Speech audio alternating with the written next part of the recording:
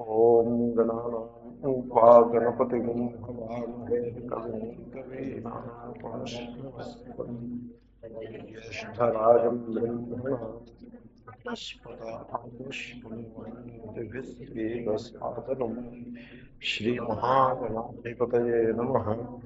సదాశివసమారంభాం శంకరాచార్యమధ్యమాన్ వందే నారాయణం నమస్కృత్య నరం చైవ నరోత్తమం దేవీం సరస్వతీం వ్యాసం తతో జయముదీరయేత్.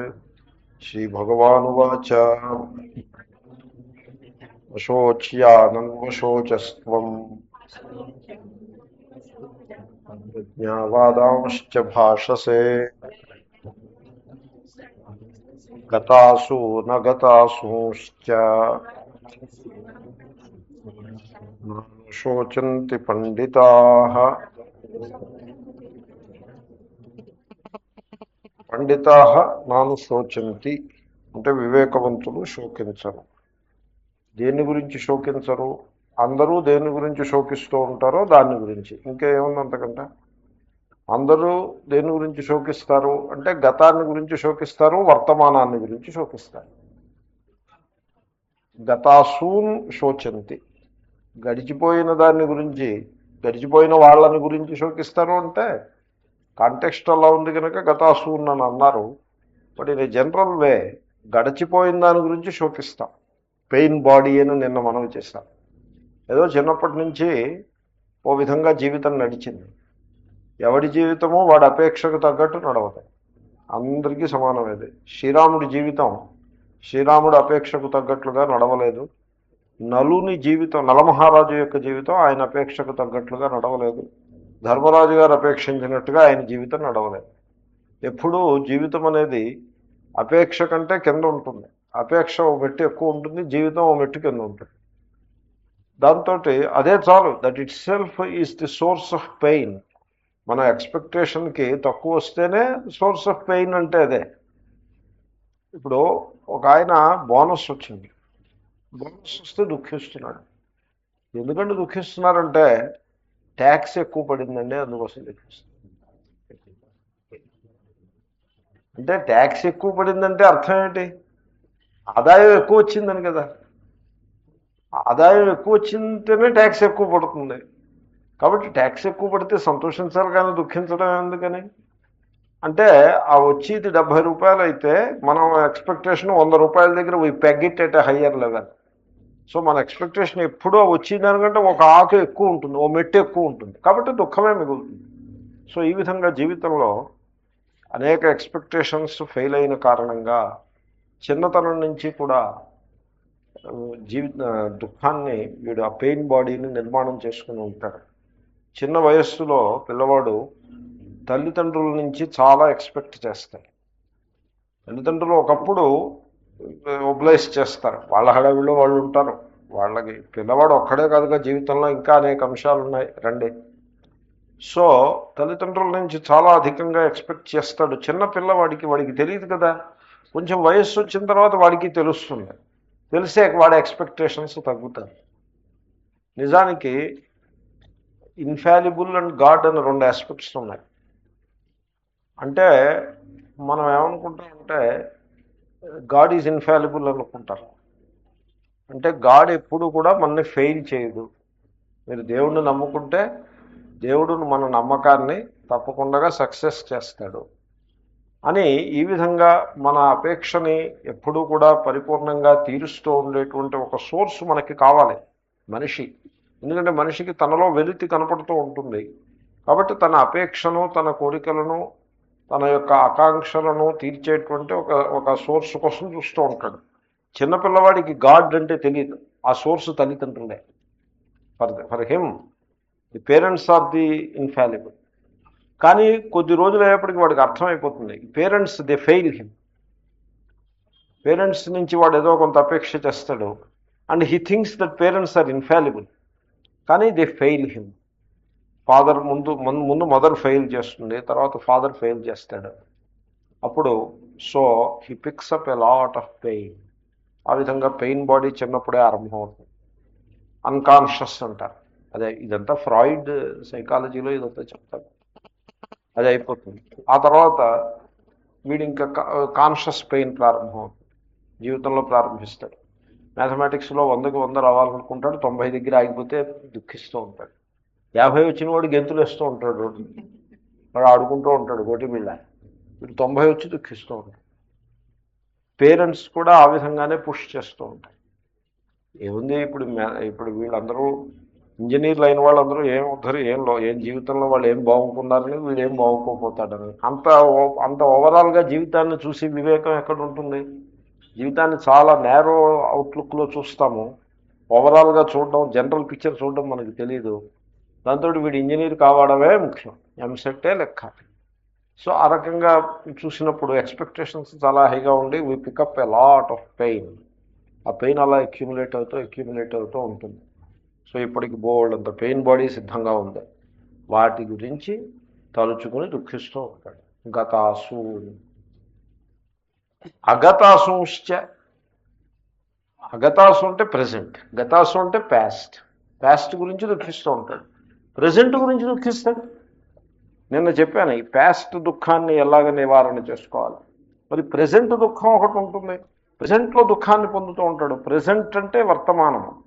మనము వర్తమాన కాలంలో జీవించడం అనే అలవాటు పోయింది మనకి. We don't know what is the present జనరల్గా మనుషులకి వరకు తెలియదు.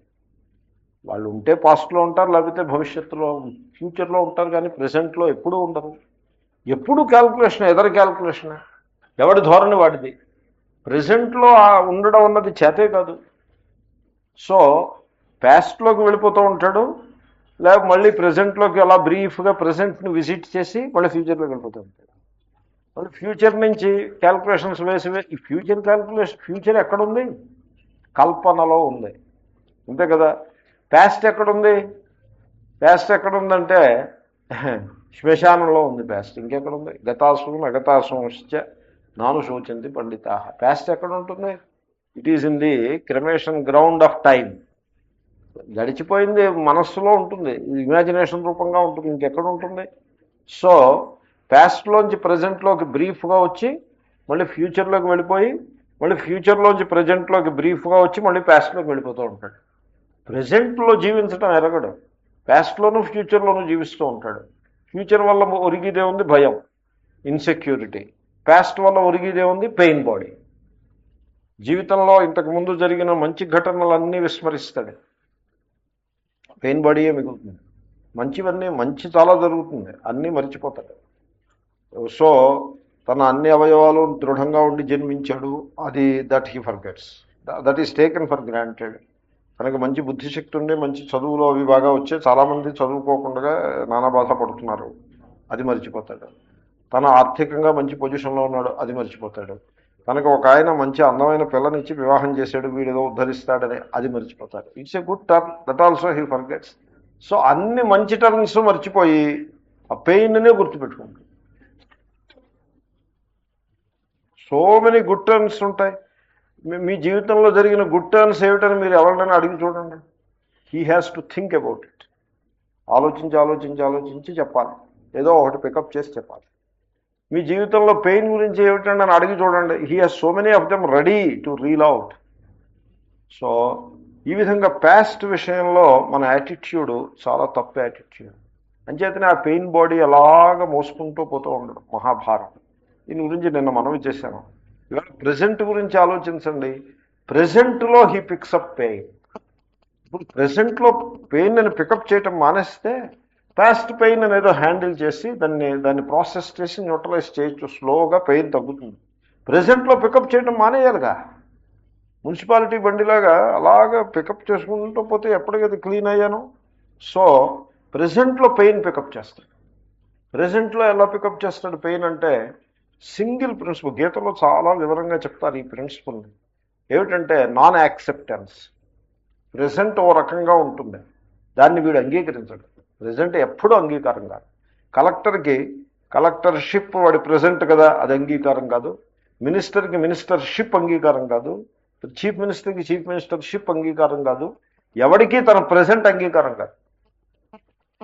ప్రెసెంట్ అంగీకారం కాదు. ప్రెసెంట్లో వాడు ఉన్నదానికంటే అధికాన్నే అపేక్షిస్తూ ఉంటాడు. సో ప్రెసెంట్ని యాక్సెప్ట్ చేయటం అన్నది అది చాలా కఠినమైన విషయం. ఎవడు ప్రెసెంట్ని యాక్సెప్ట్ చేయడు. మీకు ప్రెసెంట్ని కనుక యాక్సెప్ట్ చేస్తే మనకి ట్రాఫిక్ జాములు తగ్గిపోతుంది. ఇట్ ఈజ్ అంత అంత ఇంపాక్ట్ ఉంటుంది. ఎందుకంటే ప్రతివాడు ఈజ్ ఇన్ ఎ హరీ. ఇటు నుంచి అటు వెళ్ళే వాళ్ళు హర్రీగా ఉన్నారు, కొన్ని ఇటు నుంచి అటు వెళ్ళే వాళ్ళు హర్రీగా ఉన్నప్పుడు ఆపోజిట్ డైరెక్షన్లో వెళ్ళే వాళ్ళు ఎలా ఉండాలి? కామ్గా ఉండాలి జనరల్ లాజిక్ ప్రకారం. కానీ ఆపోజిట్ డైరెక్షన్లో వెళ్ళే వాళ్ళు కూడా హర్రీగా ఉన్న ప్రతివాడు is in a big hurry. Everybody is in a hurry. ఏమిటి hurry? What? He has to embellish the present. Why he should embellish the present? Why he should do that? Because he is unhappy with the present. Why is he unhappy with the present? Because you ask me why he is unhappy with the present. నేను ఏమని సమాధానం చెప్తానంటే because he doesn't accept the present అని నేను సమాధానం చెప్తాను. మీరు వెళ్ళి వాడిని అడగండి, ఎరా why you don't accept, why you are unhappy in the present అంటే వాడు ఏమని చెప్తాడంటే నేను చెప్పినట్టు చెప్పడం, because the present is not acceptable అని చెప్తాడు. ప్రెజెంట్ని ఒక ఆయన నాతో, నేను ఏదో ఉపన్యాసం చెప్తే ఒక ఆయన నాతో అన్నారు, ఏమండి ప్రెజెంట్ని యాక్సెప్ట్ చేయమని మీరు చెప్పారు సలహా, యాక్సెప్ట్ చేస్తే ఇంక పెయిన్ ఉండదు, దుఃఖం ఉండదు, శోకం ఉండదు. శోకం ఎక్కడి నుంచి వస్తుందంటే నాన్ యాక్సెప్టెన్స్ నుంచి వస్తుంది. మీకు ఇంటికి మనిషి వచ్చాడు అనుకోండి, ఆ ఘటన వల్ల మీకు శోకం ఎప్పుడు కలుగుతుంది? వాడు నాన్ యాక్సెప్టబుల్ అయినది. వాడు యాక్సెప్టబుల్ అయితే మీకు దుఃఖం కలగదు. ఇంటికి వచ్చిన గెస్ట్కి వంట వండి భోజనం పెట్టాలి, అది ఇష్యూ కాదు. ఇష్యూ ఏంటంటే వాడు యాక్సెప్టబుల్ అయితే వంట వండి భోజనం పెట్టడం దుఃఖాన్ని కలిగించదు, ఆనందాన్ని కలిగిస్తుంది. వాడు నాన్ యాక్సెప్టబుల్ అయితే వంట వండి భోజనం పెట్టడం దుఃఖాన్ని కలిగిస్తుంది. కాబట్టి అక్కడ issue is not a particular event, that is not the issue, not a particular set of action, అది కాదు issue. What is the issue అంటే your readiness to accept it or not to accept it. Anything that happens, you accept it, it is pleasant. You do not accept it, you refuse to accept it, it is painful. इतना ही बात है. Pain కి pressure కి ఇంతే తేడా. ఆ ఘటన మీరు చెప్పొద్దు, మరణం యాక్సెప్టబుల్ కాదు, నాట్ యాక్సెప్టబుల్ అని మీరు చెప్పొద్దు. మరణం యాక్సెప్టబుల్లే, in a given situation it is యాక్సెప్టబుల్లే. కాబట్టి ఒక ఘటన చెప్పి ఇది యాక్సెప్టబుల్లా నాన్ యాక్సెప్టబుల్లా అని మీరు అడగద్దు, ఆ ప్రశ్నే అడగద్దు. ఎందుకంటే అటువంటి ఈవెంట్ ఏమీ లేదు. Absolutely acceptable, absolutely not acceptable event అంటూ అసలు ఏదీ లేదు. కాబట్టి ఒక given event it is acceptable అని అలాగంటిది ఏమీ లేదు. నేను చెప్పింది అర్థమైందండి? ఎందుకంటే ఆ ఈవెంట్ నాకు యాక్సెప్టబుల్ అయితే ఇంకొకటికి యాక్సెప్టబుల్ కాదు.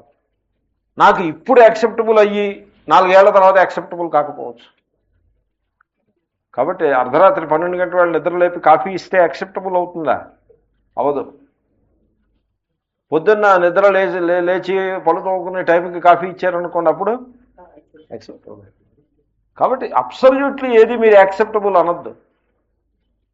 So there is nothing like acceptables, non acceptables అనేవి సృష్టిలో లేవు. భగవంతుడు అలా సృష్టించలేదు. మన మైండ్ వాటికి ఆ లేబుల్స్ వేస్తుంది. ఇదిగో ఇది యాక్సెప్టబుల్ కాదు, ఇది యాక్సెప్టబుల్ అని మన మైండ్ లేబుల్ వేస్తుంది.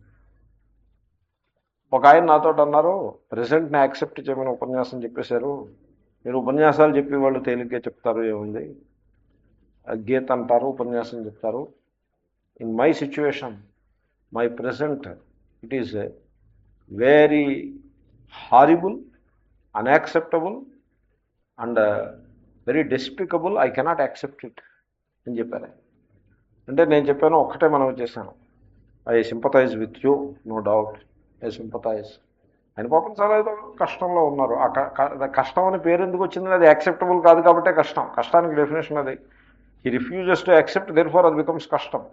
సో కస్టమ్స్ అని కష్టం వస్తుంది అనమాట. అలా కస్టమ్స్ ద్వారా వస్తుంటే కష్టం అని ఎవడో కవి అన్నాడు. మంచిది. సో చాలా కష్టంలో ఉన్నారనమాట. నేను సింపథైజ్ చేస్తాను, కానీ నేను ఒక్క మనవి చేస్తాను. See whether at least part of it is acceptable.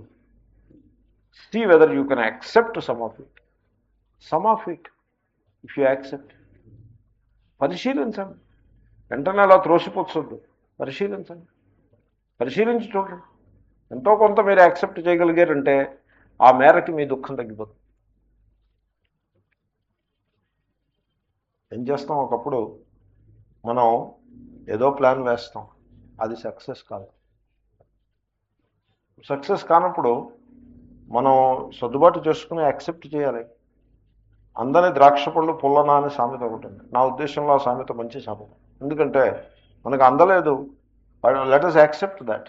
So అవి తీయగా ఉన్నాయనుకుంటే దుఃఖమే మిగిలింది. అవి పుల్లనా అనేసుకుంటే యాక్సెప్టెన్స్ అన్నమాట. We accept. సో జీవితంలో ఆ విధంగా చాలా యాక్సెప్ట్ చేయాల్సి ఉంటుంది.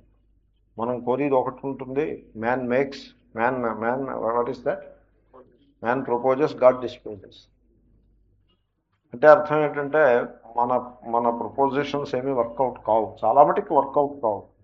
కాబట్టి ప్రజెంట్ని యాక్సెప్ట్ చేయటం అన్నది చాలా ఇంపార్టెంట్. అసలు ప్లెషర్కి పెయిన్కి డిఫరెన్స్ ఇంత మాత్రమేనండి. A given event is not absolutely either pleasant painful అని చెప్పడానికి వీల్లేదు. It is an overall situation which makes it pleasant or painful. ఆ ఓవరాల్ సిచ్యువేషన్లో అంటే ఆ ఈవెంట్ జరగాలి, ఆ ఈవెంట్ మీరు దర్శించాలి, అది మీ మనస్సులో రిజిస్టర్ కావాలి, అండ్ దెన్ మీరు దాన్ని రెసిస్ట్ చేయాలి. ఆ రెసిస్టెన్స్, ఇది ఇలా జరగడానికి వీలు లేదు అని మీరు రెసిస్ట్ చేయండి, అంతే మీ దుఃఖాన్ని మీరు నిర్మాణం చేశారు. దుఃఖాన్ని పై నుంచి ఏది నిర్మాణం చేయదు, మన మనస్సే నిర్మాణం చేస్తుంది. మన మనస్సు ఏం చేస్తుందంటే ఆ ఈవెంట్కి ఒక లేబుల్ వేస్తుంది. నామరూపాలంటే అలాగే ఉంటుంది. ఒక లేబుల్ వేస్తుంది, ఏమని, this is not correct, this is not acceptable, this is bad, this is despicable, ఇది చాలా దురదృష్టకరమైనది, చాలా అమంగళకరమైనది, అశుభకరమైనది అని రకరకాల లేబుల్స్ వేసుకుంటూ పోతుంది మనస్సు. ఆ లేబుల్స్ ఏదో ఒక రిలేటివ్ సంస్కారానికి ఉంటుంది. ఇలా మీరు లేబుల్స్ వేస్తూ ఉండండి, మీరు దుఃఖాన్ని పొందుతూనే ఉంటారు. ప్రజెంట్లో మీకు ప్రజెంట్లో శాంతి అనేది ఎన్నడూ ఉండదు. కడుపు నిండా భోజనం చేస్తారు, ఫ్యాన్ ఎయిర్ కండిషన్ రూమ్లో కూర్చుంటారు, దుఃఖిస్తూ ఉంటారు. కాబట్టి ఫిజికల్గా nothing more can be done, no further improvement is possible, అయినా దుఃఖిస్తూ ఉంటారు. So there was a fat gentleman. అందరూ ఫ్యాట్గా ఉన్న వాళ్ళందరూ మేము ఫ్యాట్గా ఉన్నామని దుఃఖిస్తూ ఉంటారు అమెరికాలో. It is a fashion nowadays. అతను he said I'm okay with my fatness, he is happy. So లీన్గా ఉన్నవాడు నేను బక్కగా ఉన్నానని వీడు దుఃఖిస్తూ ఉంటాడు, అహం కృశః. శంకర్లు కూడా చెప్పారు బ్రహ్మసూత్ర భాష్యంలో, లావుగా ఉన్నవాడు అహం స్థూలః అని వీడు దుఃఖిస్తూ ఉంటాడు. You accept your fatness, you are happy, I'm happy, బస్. You accept your leanness, you are happy. Body కలర్ని కొంతమంది యాక్సెప్ట్ చేయలేరు, దానివల్ల చాలా దుఃఖాన్ని, డిప్రెషన్లో కూడా వెళ్ళిపోతూ ఉంటారు. బాడీ కలర్ని యాక్సెప్ట్ చేయలేక. ఫెయిర్ అండ్ లవ్లీ అడ్వర్టైజ్మెంట్ చాలా క్రిటిసైజ్ చేశారు ఆ అడ్వర్టైజ్మెంట్ని, fair and lovely advertisement. Fair and lovely అంటే ఒక particular body colour alone is lovely అనే ఒక సెన్స్ని సమాజంలో పెడితే అందరికీ ఆ కలర్ ఉండకపోవచ్చు. Body colour you cannot make body colour, it happens by for some reason, it is not in our hands. So they are making it difficult to accept it. Body colour ఏదో రకంగా ఉంటుంది, ఉన్నదేదో ఉంటుంది, దాన్ని accept చేయడం కష్టం అనే స్థితి నిర్మాణం చేసి పెడితే సమాజంలో యంగ్ పీపుల్ చాలా కష్టపడుతూ ఉంటారు. యంగ్ లేడీస్, ఫెయిర్గా లేని వాళ్ళు, సోకాల్డ్ ఫెయిర్గా లేని వాళ్ళు దుఃఖపడుతూ ఉంటారు. కాబట్టి it is the non acceptance which is the source of all pain in the present. అంచేత శ్రీకృష్ణుడు ఎన్నో చోట్ల సమదుఃఖ సుఖ అని ఎన్నిసార్లు చెప్తాడు. సమచిత్తం సమచిత్తం అని. సమచిత్తం అంటే అర్థం యాక్సెప్ట్. ప్రసాద బుద్ధి అంటే అర్థం ప్రసాదం తీయగా ఉన్నా యాక్సెప్ట్ చేస్తాం, రుచిగా ఉన్నా యాక్సెప్ట్ చేస్తాం, రుచిగా లేకపోయినా యాక్సెప్ట్ చేస్తాం. ప్రసాద బుద్ధి ముఖ్యం. అలాగే జీవితంలో ఘటనలు జరుగుతూ ఉంటాయి, వాటిని యాక్సెప్ట్ చేయాలి. మన బంధువులు ఉంటారు, బంధువర్గంలో అందరూ ఒక్కలా ఉండరు. కొంతమంది భాగ్యవంతులు ఉంటారు, కొంతమంది అభాగ్యులు ఉంటారు. You have to accept. నా సంతానం అంతా భాగ్యవంతులే ఉండాలంటే ఎలా ఉంటారు, కొంతమంది అభాగ్యులు కూడా ఉంటారు. వాళ్ళ అభాగ్యులని మనం వేసిన label, that is also there. ఆ లేబుల్ భాగ్యానికి డెఫినేషన్ ఏదో ఒకటి మనం ఇస్తాం. ఇచ్చి వీడు భాగ్యవంతుడు వీడు అభాగ్యుడు అని లేబుల్ వేస్తాం. అసలు ఆ label it self is question, దాన్నే క్వశ్చన్ చేస్తాం. అలా ఎప్పుడైతే మీరు క్వశ్చన్ చేశారో, okay let it be so, what is wrong with it? ఒకవేళ క్యాన్సర్ వచ్చింది, okay let it be all right, let it be so, what is wrong with it? మీరందరూ 100 ఏళ్ళు ఇంకో 10 ఏళ్ళు బతికితే నేను ఇంకో ఏడాది బతుకుతాను, doesn't matter. He accepted it and he is happy for that 1 year. 10 ఏళ్ళు బతికివాడు he will be unhappy for 10 years. కాబట్టి ప్రజెంట్ని యాక్సెప్ట్ చేయటం. నన్ను అడిగితే గీతలో ఇచ్చిన పెద్ద మెసేజ్ ఏదైనా ఒకటి ఉందా అంటే ఇదే మెసేజ్. ప్రజెంట్లో శ్రీకృష్ణుడు ఎన్నిసార్లు చెప్తాడంటే, లాభం వచ్చినా నష్టం వచ్చినా యాక్సెప్ట్ చేయని శ్రీకృష్ణుడు అర్జునుడికి చెప్తాడు. యుద్ధంలో నేను నీ పక్కన ఉన్నా, నువ్వు నెగ్గుతావు అని ఒక్కసారి కూడా అండవు. యుద్ధంలో జయం వచ్చినా అపజయం వచ్చినా సమానంగా స్వీకరించు, లాభం వచ్చినా నష్టం వచ్చినా సమానంగా స్వీకరించు. అంటే అర్థం ఏంటి? Accept it. నష్టం వస్తుంది, యాక్సెప్ట్ ఇట్. ఒకసారి యాక్సెప్ట్ చేస్తే ఇంకా దాంట్లో పెయిన్ ఉండదు. ఒక యంగ్ మ్యాన్ టీచర్గా ఉన్నాడు, highly scholarly person, a poet, very intelligent person, is a school teacher. నేను అన్నాను, ఇఫ్ ఓన్లీ నువ్వు కొంచెం క్వాలిఫికేషన్ అడ్జస్ట్ చేసుకుంటే, ఎంఏ పాస్ అయితే, ఎంఏ పాస్ అవడం అతనికి నథింగ్, ఈ very intelligent and scholarly guy, నువ్వు ఎంఏ పాస్ అయితే లెక్చరర్ అయిపోతావో, why don't you do that అని నేను అన్నా. అంటే అతను అన్నాడు, వై షుడ్ బికమ్ లెక్చరర్? అంటే నాకు ఒక్కసారిగా ఒక ఉలిక్కి పడ్డాను నేను. కరెక్టే. అంటే నేనన్నాను, you are happy with your teacher job? Yes, బస్ over. When he's happy being a teacher, being scholarship ఉండి అన్ని సమర్థనలు ఉండి టీచర్గా ఉండడం యాక్సెప్ట్ చేయడమే కాదు, he enjoys it also. First మీరు యాక్సెప్ట్ చేస్తే తర్వాత ఎంజాయ్ చేస్తారు. ముందు యాక్సెప్ట్ చేయడం చేతనవా, పెయిన్ పోతుంది అక్కడి నుంచి. సో ఆ విధంగా ఉన్న స్థితిని యాక్సెప్ట్ చేయటం. కానీ ప్రతిసారి ఇంత సింపుల్గా ఉండదు యాక్సెప్ట్ చేయటం. ఒకప్పుడు యాక్సెప్ట్ చేయటం చాలా కఠినంగా ఉంటుంది. గివెన్ సిచ్యువేషన్ యాక్సెప్ట్ చేయబుద్ధి కాదు. అంచేతనే దేవుణ్ణి తిడతారు. దేవుణ్ణి ఎందుకు తిడతారంటే, ఆ దేవుడు ఆ సిచ్యువేషన్ యాక్సెప్టబుల్ కాదు, నేను యాక్సెప్ట్ చేయలేనది. అప్పుడు ఆ సిచ్యువేషన్ని క్రియేట్ చేసింది దేవుడు కనుక, అన్నీ దేవుడే క్రియేట్ చేశాడు కనుక దేవుణ్ణి తిడతారు. సపోజ్ యాక్సెప్ట్ చేయడం చేతనైందనుకోండి.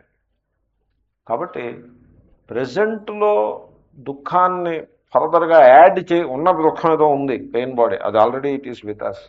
మనం దాన్ని ప్రాసెస్ చేసి దాన్ని హ్యాండిల్ చేయడం ఎలాగూ తప్పదు. దానికి తోడుగా ప్రజెంట్లో కూడా దుఃఖాన్ని అలా యాడ్ చేసుకుంటూ పోతే జీవితం దుఃఖమయమైపోతుంది. కాబట్టి ప్రజెంట్లో దుఃఖాన్ని పికప్ చేయకుండా యాక్సెప్టెన్స్. శ్రీకృష్ణుడు భక్తుని లక్షణాలు చెప్పమంటే, మామూలుగా భక్తుని లక్షణాలు చెప్పమని మీరు ఎవరినైనా ఒక థీలాజీ అని అడగండి, ఏం చెప్తాడు? ఆ థీలాజీ అన్న లక్షణాన్ని బట్టి ఉంటుంది. రోజు పొద్దున్నే నాకంటే ముందు టెంపుల్కి వచ్చేవాడు, నేను చెప్పినటువంటి టెంపుల్ పనులన్నీ చేసి పెట్టేవాడు అని ఏదో సంథింగ్ టెంపుల్ రిలేటెడ్ పర్సన్ అయితే అలా చెప్తాడు. లేకపోతే మరో రిలేటెడ్ పర్సన్ అయితే భక్తుల లక్షణం ఏమిటండి అని అడిగారు అనుకోండి, ఏదో దానికి తగ్గట్టుగా చెప్తాడు. అయ్యప్ప భక్తులను అడిగారు అనుకోండి, భక్త లక్షణములు చెప్పుమో అని అడిగారు అనుకోండి. సపోజ్ నేను ఏదో దృష్టాంతం చెప్తున్నా, ఇమాజిన్ చేసి, ప్రతి సంవత్సరము 40 రోజులు వ్రతం బట్టి అదే ముడి మూట నెత్తిమీ పెట్టుకుని ఇరుముడి వెళ్ళి వచ్చిన వాడు భక్తుడు అని చెప్తాడు. That is how he will tell. శ్రీకృష్ణుడు అడిగాడు భక్తుడు ఎలా ఉంటాడు, ఆయన ఏం చెప్పాడంటే, సమదుఃఖ సుఖ క్షమీ అని చెప్పాడు. క్షమీ అంటే వన్ హూ యాక్సెప్ట్స్. సమదుఃఖ సుఖ, అసలు ఇప్పుడే వచ్చేస్తుంది, ఇంకో 2 శ్లోకాల్లోనే వస్తుంది. సమదుఃఖ సుఖం ధీరం సోమృతత్వాయ కల్పతే. సమదుఃఖ సుఖం, సుఖదుఖములను సమంగా సమం. సమం అంటే ఏమిటి? సుఖాన్ని మీరు యాక్సెప్ట్ చేస్తారు కదా, దుఃఖాన్ని కూడా యాక్సెప్ట్ చేస్తారు. యు యాక్సెప్ట్ దుఃఖం ఆల్సో. ఓ మహాత్ములు అన్నారు, సుఖాల్లో మనిషి విస్మృతిని పొందుతాడు, అహంకారాన్ని, గర్వాన్ని, తర్వాత మమకారాన్ని పెంచుకుంటాడు. దుఃఖంలో మనిషికి కొంత జాగరూకత అలవాటు అవుతుంది. కాబట్టి దుఃఖంలో ఉన్న లాభం సుఖంలో లేదు. సుఖంలో ఆత్మవిస్మృతి కలిగితే దుఃఖం నుంచి జాగృతి నిర్మాణం అవుతుంది. కనుక దుఃఖాన్ని నీవు ఆహ్వానించు అంటాడు మహాత్ముడు. దుఃఖాన్ని యాక్సెప్ట్ చేయడం కాదు, ఆహ్వానించంతే. మనకి యాక్సెప్టబుల్ కాని గెస్ట్ వచ్చాడు అనుకోండి, మనం ఏం చేస్తాం, we try to avoid him. దానివల్ల చాలా పెయిన్ఫుల్ ఎఫర్ట్ అయిపోతుంది. అది అలా కాదు, ఏదో కష్టం మీద వాడిని నెత్తిమీ పెట్టుకుంటాం, పూట 2 పూటలు ఎప్పుడు పోతాడు వీడని దేవుడికి ప్రార్థన చేస్తాం, అంత పెయిన్ఫుల్ ఎఫర్టే. అలా కాకుండా ఒక్కసారిగా మనస్సుని ఒక కుదుపుకుని ఒక్కసారి తల విదిల్చి ఆ యాటిట్యూడ్ని తీసవతల పారేసి you invite that guest, whole హార్టెడ్గా ఇన్వైట్ చేసి ఆయనకి హెల్ప్ చేయండి. చేస్తే దాన్ని నేర్పరితనము అన్నాడు వేమన. అపకారికి ఉపకారము నెపమెన్నక చేయువాడు నేర్పరి సుమతి. వేమనో లేకపోతే మరో కవి, సుమతి శతక కాదు. నేర్పరి అంటే వాడు ఆ నేర్పు, ఆ కౌశలము వాడికి ఉంది. యోగము సమత్వం యోగ ఉచ్యతే. యోగ కర్మసు కౌశలం, ఆ నైపుణ్యం, ఆ నేర్పు వాడికి ఉంది. ఏమిటంటే నేర్పు ప్రజెంట్ని దుఃఖమయం చేసుకోకుండా ఉండడం. కాబట్టి ప్రజెంట్ని ఎవళ్ళు దుఃఖమయం చెయ్యరు. గ్రహాలో, నక్షత్రాలో, ప్రభుత్వాలో, లేకపోతే పెట్రోల్ ప్రైసెస్సో ఇవి దుఃఖమయం చేస్తాయి, లేకపోతే స్టాక్సో ఇవి దుఃఖమయం చేస్తాయని మీరు అనుకోవద్దు. ప్రజెంట్ని మనమే దుఃఖమయం చేసుకుంటాము. ఎప్పుడైతే ప్రజెంట్కి ఒక లేబుల్ పెట్టి ఇది ఇలా ఉంది, ఇది చెడ్డది, ఇది అమంగళం, ఇది అశుభం, ఇది నేను ఇది నాకు ఉండడానికి వీల్లేదు, ఇది నాకు ఇచ్చిన దేవుడు అపకారం చేశాడు, ఇది నాకు పోవలసిందే అని మీరు అలాగా ప్రజెంట్ని త్రోసేసి ప్రయత్నం చేయటం, అది దుఃఖమే తప్ప ఇంక ఏమీ లేదు దాంట్లో. ఎందుకో తెలుసునండి, రహస్యం ఏంటో తెలుసునా? The present is as it is and what is cannot be altered. ఒక అమ్మగారు నాతో అన్నారు, ఆడపుట్టుకు పుట్టడం మహా దౌర్భాగ్యం అండి అన్నారు. ఏదో పాపం కష్టం చేత అన్నారు. అంటే నేను అన్నాను, చూడండి అమ్మా, అలా అనుకుంటే మీకు దుఃఖం పెరిగిపోతుంది, అలా అనుకోకండి అని చెప్పారు. ఎందుకంటే వాట్ ఈజ్ ఈజ్. ఫ్యూచర్ని మార్చలేమా అది వేరే సంగతి. ప్రెజెంట్ని ఇంకేం మారుస్తారండి? ప్రెజెంట్ని మార్చగలరా? ఎవడైనా మార్చగలరా? What is is. సో ఉన్నదాన్ని ఏం చేయాలి? నో, ఇది ఇలా ఉండడానికి వీలు లేదు. సూర్యుడు ఉదయించాడు, వీడు రాత్రి 3ంటికి నిద్రపోయాడు. నిద్రపోతే సూర్యుడు వచ్చాడు పొద్దున్న 7ంటికి. వెంటనే వీడు సూర్యుడిని తిట్టుకుంటాడు. ఎందుకని?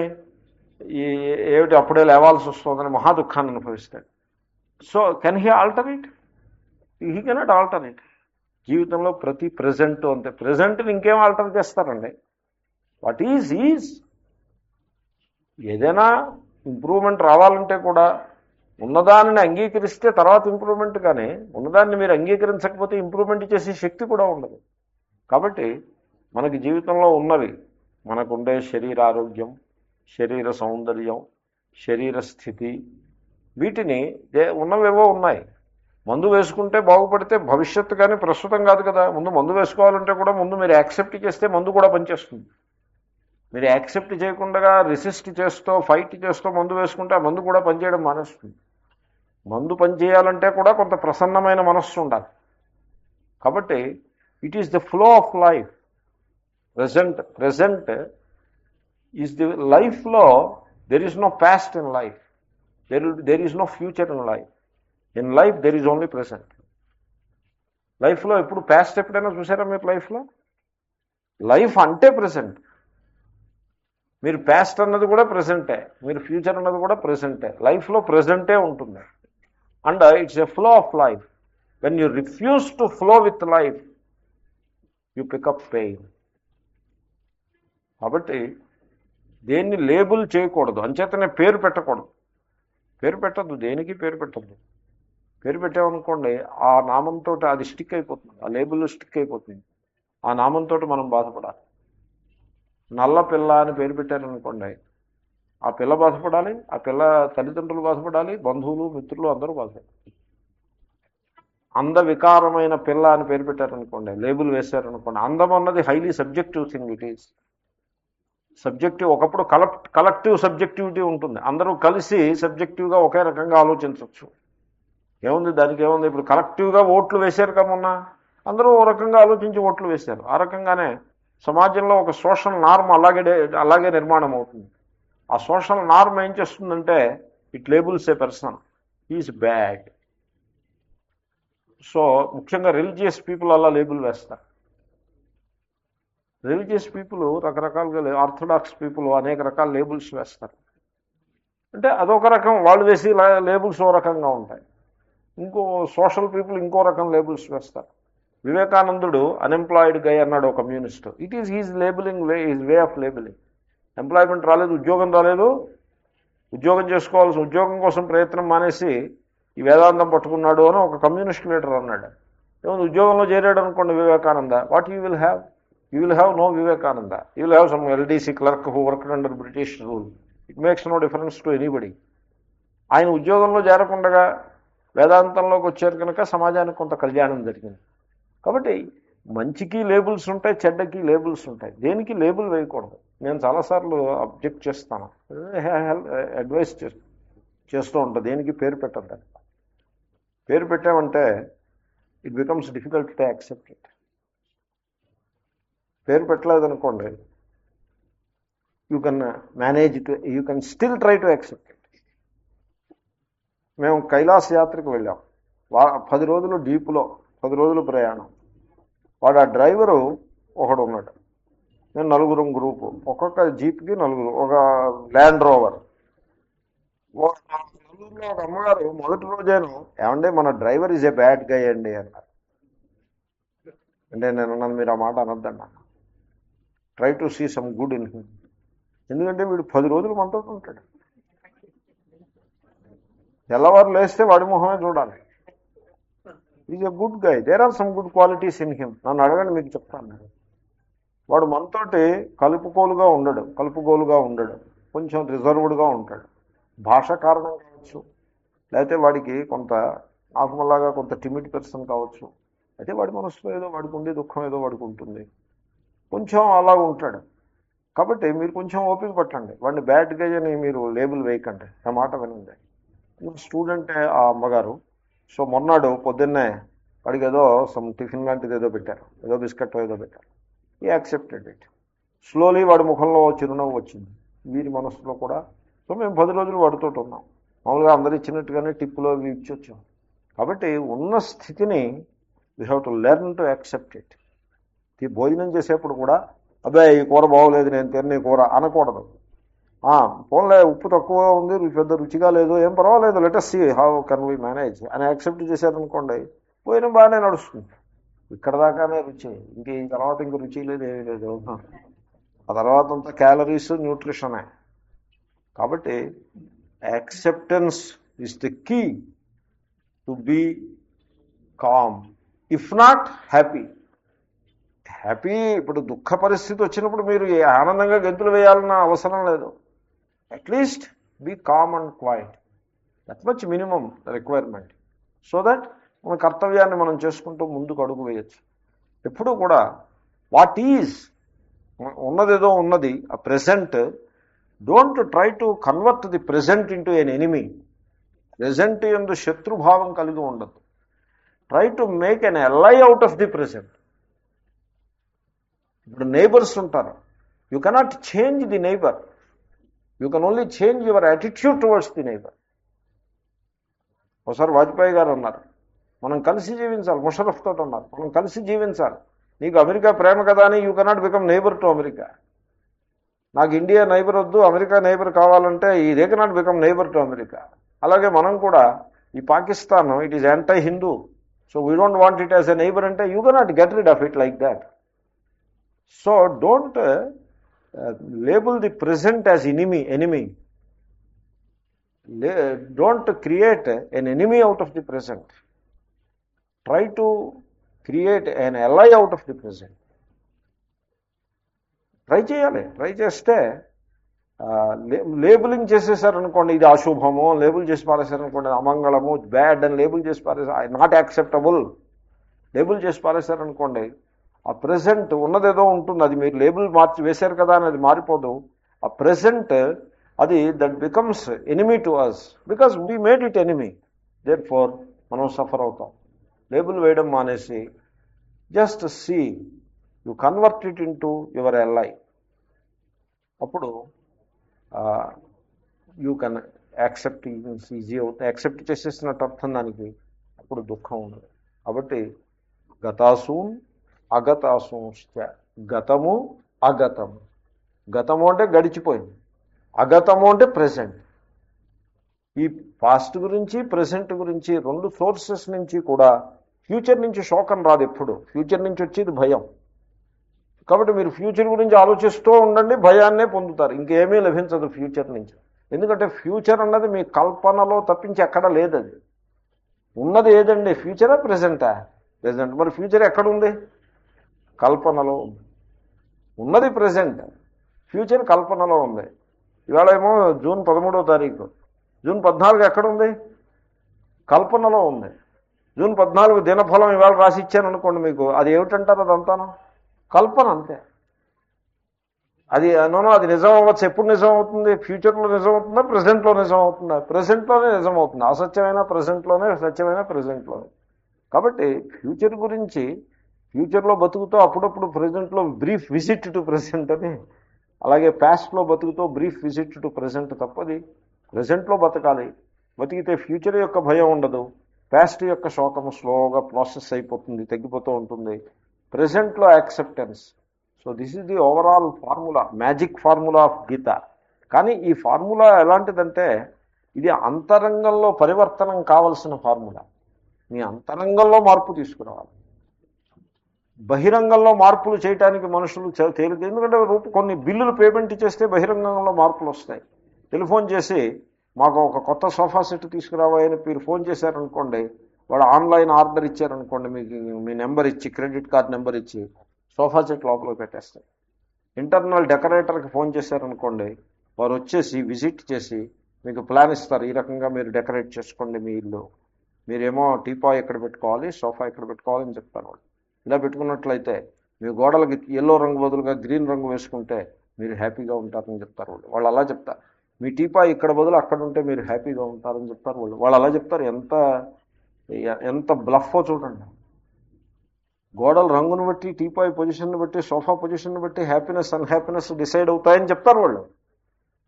ఏషియన్ పెయింట్ వేసుకుంటే మీరు హ్యాపీగా ఉంటారని చెప్తారు వాళ్ళు. It's a big bluff. మీరు బాహ్య పరివర్తనం ద్వారా మీకు హ్యాపీనెస్ ఎక్కడి నుంచి వస్తుంది? అంతరంగంలో పరివర్తనం తీసుకురావాలి. పాస్ట్ నుంచి వచ్చే పెయిన్ బాడీని ప్రాసెస్ చేసుకోవాలి.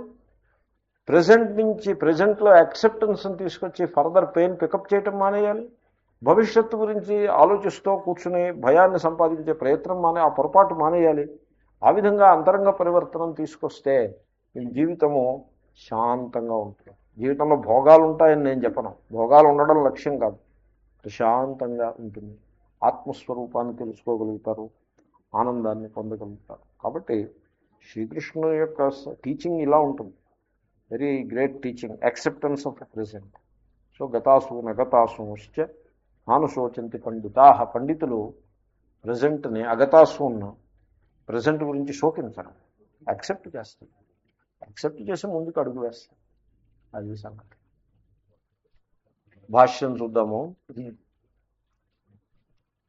సో ఇక్కడ చర్చ ఏమిటంటే, కర్మణైవ హి సంసిద్ధి మాస్థిత జనకాదయ అని ఉంది.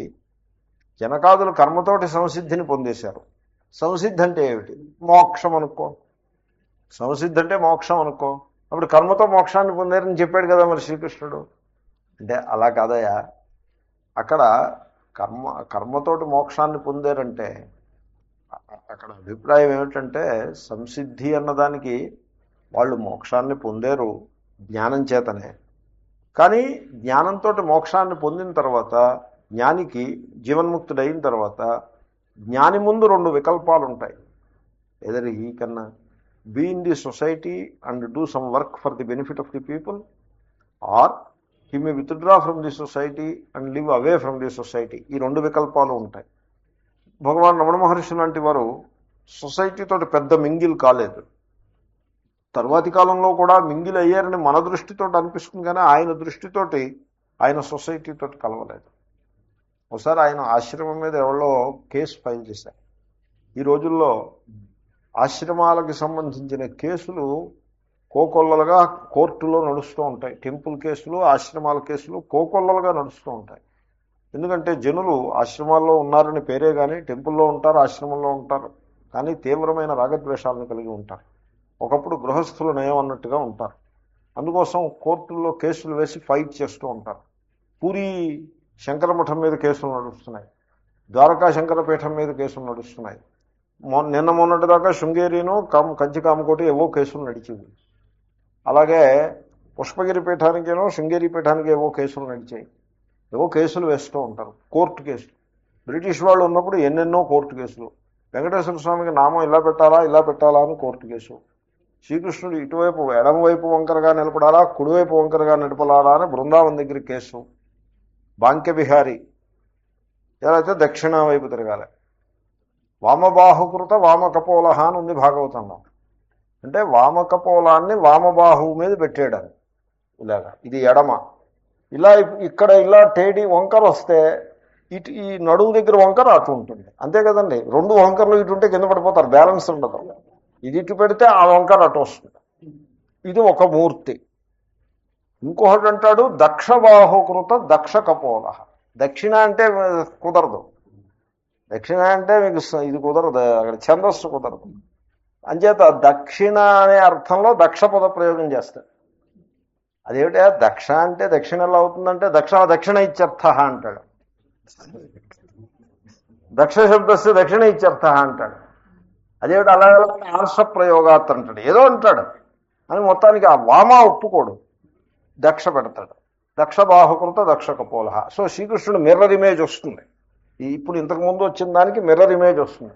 మిర్రర్ ఇమేజెస్ సూపర్ ఇంపాసిబుల్ కాదు, they are two different things. So దీని మీద దెబ్బలాట. ఆ బ్రిటిష్ జడ్జి ఏం చెప్తాడు, ఈ దక్ష ఉండాలంటాడా వామ ఉండాలంటాడు. భాగవతంలో వామ అని ఉంది, నాకు అర్థమైనంతలో వామ అని ఉంది. వామ బాహుకృత వామ కపోల కోమలాంగులిభిరాశ్రిత మార్గ అంటే ఇలా పెట్టినప్పుడు మురళి కుడి చేతిలోకి వస్తుంది, ఇలా పెడితే మురళి ఎడం చేతిలోకి వస్తుంది. ఇదో దెబ్బలాట. సో ఈ రాగద్వేషాలతో నిండి దెబ్బలాడుకుంటూ ఉంటారు. బట్ ది పాయింట్ ఈజ్ జీవన్ముక్తుడు వీటన్నిటికీ అతీతంగా ఉంటాడు. భగవాన్ రమణ మహర్షి గురించి అన్నాను నేను. వారు ఆశ్రమం మీద కోర్టులో కేసు వేశారు. కేసు వేస్తే Bhagavan Ramana Maharshi is the defendant, the other person is the complainant. Independent అవుతారు కదా, ఈయన్ని మీరు కోర్టుకు వచ్చి డిఫెండ్ చేసుకోండి అని ఒక తాకీదు వచ్చింది. ఆయన చెప్పారు, I refuse to defend myself. No you may lose the case. They will go in absentia judgement ఇచ్చేసారంటే లాస్ అయిపోతుంది. And doesn't matter what is there to lose. ఈ ఆశ్రమమే కదా లాస్ అయిపోయేది, నేను మళ్ళీ కొండ మీదకి పోతాను, ఐ డోంట్ మైండ్. అంటే అప్పుడు కోర్టు జడ్జి కొంచెం వివేకవంతుడు కనుక, ఆయన సన్యాసి మహాత్ముడు, he doesn't want to defend himself because he doesn't look at things on that basis. అంటే అప్పుడు ఆయన ఒక కమిషన్ను నియమించాడు. ముగ్గురు వ్యక్తుల కమిషన్ నియమించి, మీరే వెళ్ళి ఆయన్ని ప్రశ్నలు అడిగి, ఇక్కడికి వస్తే కూడా చేసే ఘనకార్యం ప్రశ్నలు అడగడమే కదా, ఆ ప్రశ్నలన్నీ రాసుకుని వెళ్ళి అడిగి మీరేమో ఆ రిపోర్ట్ ఇవ్వండి అని జడ్జి కమిషన్ నియమిస్తే వాళ్ళు వచ్చారు. వాళ్ళు వచ్చి మాకు ఇంటర్వ్యూ కావాలన్నారు. ఇంటర్వ్యూ అంటూ ప్రత్యేకంగా ఏం లేదు, మీరు వచ్చి కూర్చోండి అని. వచ్చి కూర్చున్నారు. మా ప్రశ్నలకి సమాధానం కావాలంటే అందరూ అడుగుతున్నారు, మీరు అడగండి. అందరూ ఆత్మ గురించి బ్రహ్మ గురించి అడుగుతారు, వీళ్ళు అడుగుతారు, మీరు అడగండి, నాకేం అభ్యంతరం. మీరు రిప్లై ఇస్తారా? ఇస్తానేముంది, నాకు ఏదో వస్తే చెప్తాను. సో వాళ్ళు ప్రశ్నలు అడిగారు, 25 ప్రశ్నలు అడిగారు. ఆయన అన్నింటికీ చెప్పి సమాధానాలు ఏవో చెప్పారు. అది తీసుకెళ్ళి జడ్జి ముందు పెట్టారు రిప్లై. జడ్జి కేసు కొట్టి పారేశాడు, డిస్మిస్ చేశాడు. బ్రిటిష్ వాడు కనుక, ఇండియన్ వాడైతే ఏమో ఏం చేసేవాడు. సో ఈ విధమైన రాగద్వేషాలు. కాబట్టి కర్మ అన్నది మహాత్ముడు, he may choose to do karma. Even while doing karma he is not the karta, or he may choose not to do it. అంచేతనం కర్మ చేసినవాడు, ఇప్పుడు జీవన్ముక్తుడు జనకుని వంటి జీవన్ముక్తుడు కర్మ చేస్తుంటే అదిగో కర్మ వల్ల మోక్షం పొందేయడం నువ్వు అనకూడదు. ఇంకొకటి కర్మ చేయడం మానేస్తే అదిగో కర్మ మానేస్తే మోక్షం వస్తుంది, నువ్వు అలా కర్మకి మోక్షానికి ముడిపెట్టదు. కాబట్టి అలా అర్థం చేసుకోవాలి. ఒకవేళ జనకుడు జీవన్ముక్తుడు కాలేదనుకో, ఏమో కథే కదా, జనకుడు జీవన్ముక్తుడు అని కథే, కానీ మీరు ఏమైనా సర్టిఫికెట్ ఏమైనా పట్టుకొచ్చారా ఏమి? సో శంకర్లు ఆ సిచ్యువేషన్ కన్సిడర్ చేస్తున్నారు. అందాము, అథ నతే తత్వవిద ఈశ్వర సమర్పితేన కర్మణ సాధనభూతేన సంసిద్ధిం సత్వశుద్ధిం జ్ఞానోత్పత్తిలక్షణాం వా సంసిద్ధిం స్థితాః జనకాదయః ఇది వ్యాఖ్యేయం. ఒకవేళ జనకుడు జీవన్ముక్తుడు కాదనుకో, ఎందుకంటే జనకుడు జీవన్ముక్తుడు ఏమన్నా నాకేమన్నా దారిలో కనపడ్డాడు ఆయన, నేను ఎలా చెప్పను? Suppose he is not jivanmukta. ఇప్పుడు నన్ను ఒక ఆయన అడిగారు, ఏమంటే విశ్వామిత్రుడు జ్ఞానేనా అంటే, ఏం చెప్తాం విశ్వామిత్రుడు జ్ఞానేనా అంటే, నేనేమన్నా చూసానా ఆయన? నేను అన్నాను, నాకు ఎక్కడ కనపడలేదండి ఆయన. విశ్వామిత్రుడు జ్ఞానేనా అంటే ఏం చెప్తాం? ఎందుకు ఏం చేస్తావు ఆ సమాచారం అంటే? అలా కాదు, రాముడిని ఆయన తీసుకెళ్ళాడు కదా, జ్ఞానేనంటారా అంటే, నా ఉద్దేశంలో ఆయన జ్ఞానే. అంటే రాముణ్ణి తీసుకెళ్ళిన తర్వాత జ్ఞానం పొందాడా, రాముణ్ణి తీసుకెళ్ళడానికి ముందే జ్ఞానం పొందాడా? నా ఉద్దేశంలో రాముడి దగ్గరికి వచ్చేప్పటికే ఆయన జ్ఞానం. నా ఉద్దేశం అది, నాకు అలా అనిపించింది రామాయణం చూస్తే. అహం వేద్మి మహాత్మానం రామం సత్యపరాక్రమం వశిష్ఠ ప్రముఖాశ్చేమే